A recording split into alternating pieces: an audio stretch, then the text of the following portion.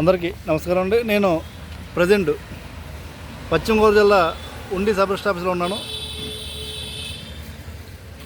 ఈ ఉండి sub register ఆఫీస్లో మా భూములు చాలా అన్యాయంగా అక్రమంగా రిజిస్ట్రేషన్ చేస్తున్నారండి. పట్టాదారు పాస్బుక్లు 1B అన్ని అడంగల్లో కూడా మా పేర్లు నమోదై ఉన్నాయి. ఒకసారి మీకు నా డాక్యుమెంట్ చూపిస్తాను. ప్రతి డాక్యుమెంట్ కూడా క్షుణ్ణంగా ఒకసారి మీరు చూడండి. ఇది నా పట్టాదారు పాస్బుక్ అండి. ఇది మేము ముగ్గురు అన్నదమ్ములం. ఇది మా సెకండ్ బ్రదర్ పట్టాదారు పాస్బుక్ అండి. నెక్స్ట్ ఇది మా డాక్యుమెంట్ అండి. ఇది మేము తెచ్చుకున్న బ్యాంక్ లోన్ అండి. బ్యాంక్ లోన్లో తెచ్చుకున్నాం మా ప్రాపర్టీ మీద.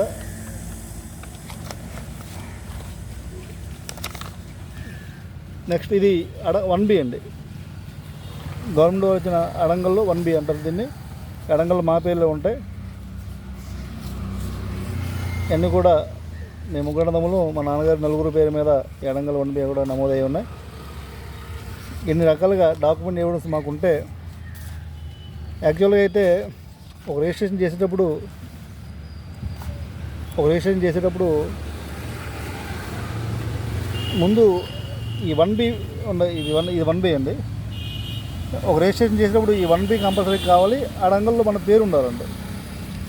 ఇవి ఉంటేనే యాక్చువల్గా రిజిస్ట్రేషన్ చేస్తారు. ఇది మా పాస్బుక్ అండి. ఇవి ఉంటేనే రిజిస్ట్రేషన్ చేస్తారు. ఇక్కడ ఇవేమి లేకుండా ఏలూరు కృష్ణబాబు మా బ్రదర్ అండి. ఈ సర్వే నెంబర్లో రిజిస్ట్రేషన్ చేస్తే మా బ్రదర్ రిజిస్ట్రేషన్ చేయాలి. ఇప్పుడు మా బ్రదర్ కాకుండా ఈ ప్లేస్లో ఎవరినో వ్యక్తిని పెట్టి రిజిస్ట్రేషన్ చేయించేస్తున్నారు. అసలు మాకు ఆ ఫ్యామిలీకి సంబంధం లేదు. మాకు అసలు వాళ్ళకి మాకు ఏ విధమైన సత్సంబంధాలు లేవు. రిజిస్ట్రేషన్ ఎలా చేస్తున్నారంటే ఇప్పుడు ఈ ఆటో మ్యూటేషన్ ఒకటి వచ్చిందండి. ఈ ఆటో మ్యూటేషన్ ద్వారా ఇప్పుడు ఈ పేర్లు ఉండవండి. మేము చేయట్లేదు రిజిస్ట్రేషన్.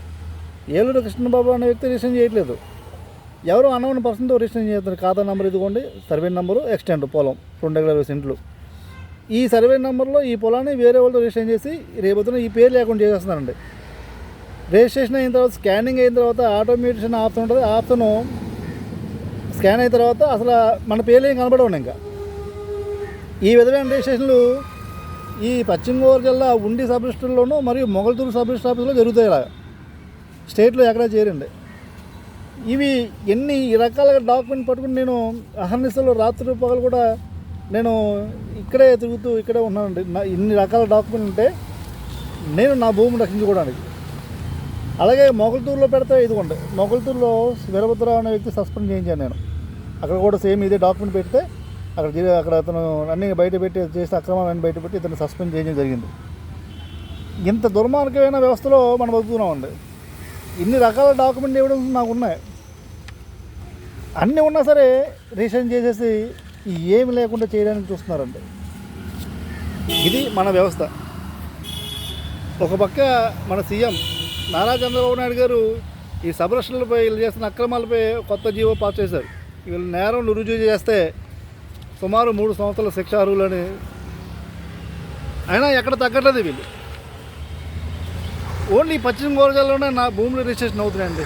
ఎంత దుర్మార్గమైన ఇంకా రిజిస్ట్రేషన్ చేస్తుంటే ఒక సామాన్యుల పరిస్థితిని ఒకసారి ఆలోచించండి.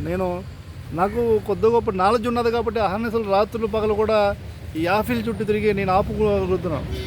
అది ఎప్పుడు ఏ క్షణం అయిపోతుందో రిజిస్ట్రేషన్ అర్థం కావట్లేదండి. ఈ ల్యాండ్ గ్రాబర్లు అందరూ కలిసి చేస్తున్న పనులు ఇవి.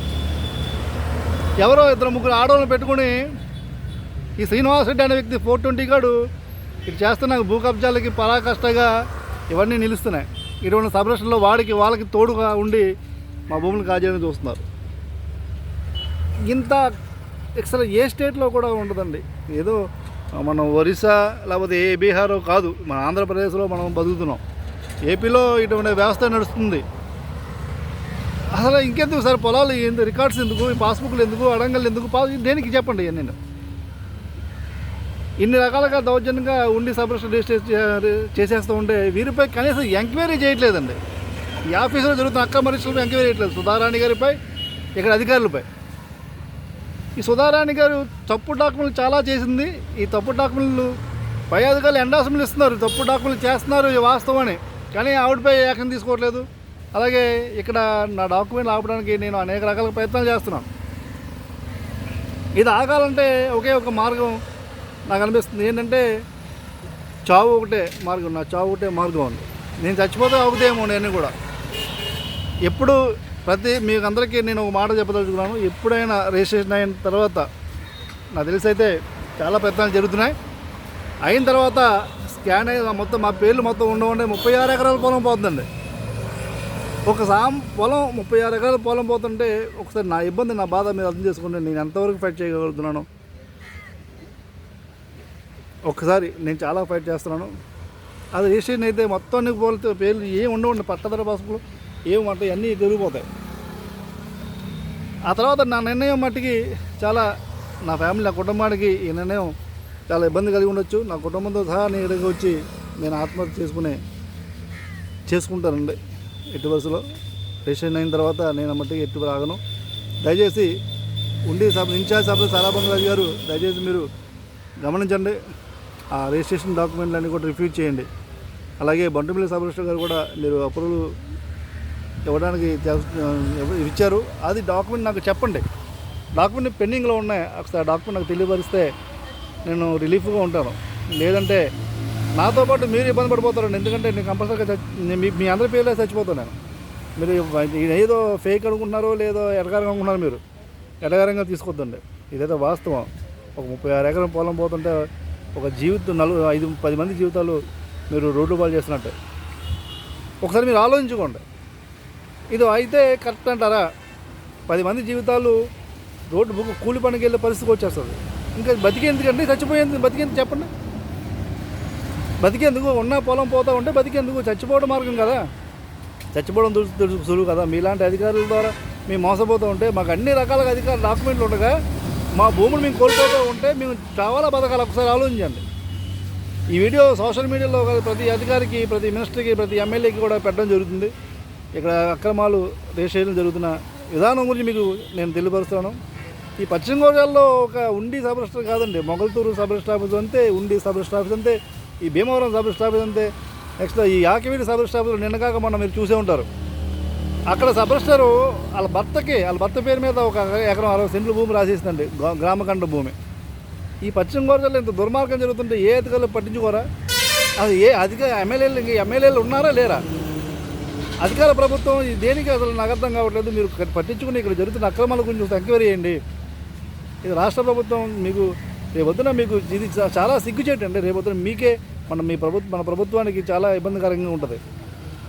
నేను డిప్యూటీ సీఎం గారు కూడా డిప్యూటీ సీఎం గారి దృష్టికి తీసుకెళ్తున్నాను. అన్నీ కూడా ప్రతిదీ కూడా నేను ఆయన పిఏకి, ఓఐజీ గారు కూడా ప్రతి వీడియో పెట్టడం జరుగుతుంది. ఆయన ఫోన్ చేసి నేను ఎంక్వైరీ చేస్తానని చెప్పి నాకు మాట ఇచ్చారు. నేను ఫోన్ చేసి చెప్పాను, ఆయన మా ఎంక్వైరీ చేస్తానని చెప్పి మాట ఇచ్చారు నాకు. ఇటువంటి దుర్మార్గమైన రిజిస్టర్లపై అన్నీ ఎంక్వైరీ విధులను తొలగించండి. ట్రాన్స్ఫర్లు కాదు, విధులను తొలగించి వీళ్ళపై కొత్త జీవో తీసుకొచ్చి వెంటనే విధులను తొలగించే మార్గం చూడండి. ఎందుకంటే ఒక్కటి చేస్తే వ్యవస్థ మారిపోతుంది. దయచేసి నాకు జరుగుతున్న అన్యాయాన్ని మీరు ఒక్కసారి ఎంక్వైరీ చేసి ఈ డాక్యుమెంట్ రిఫ్యూజ్ చేయించండి ప్లీజ్.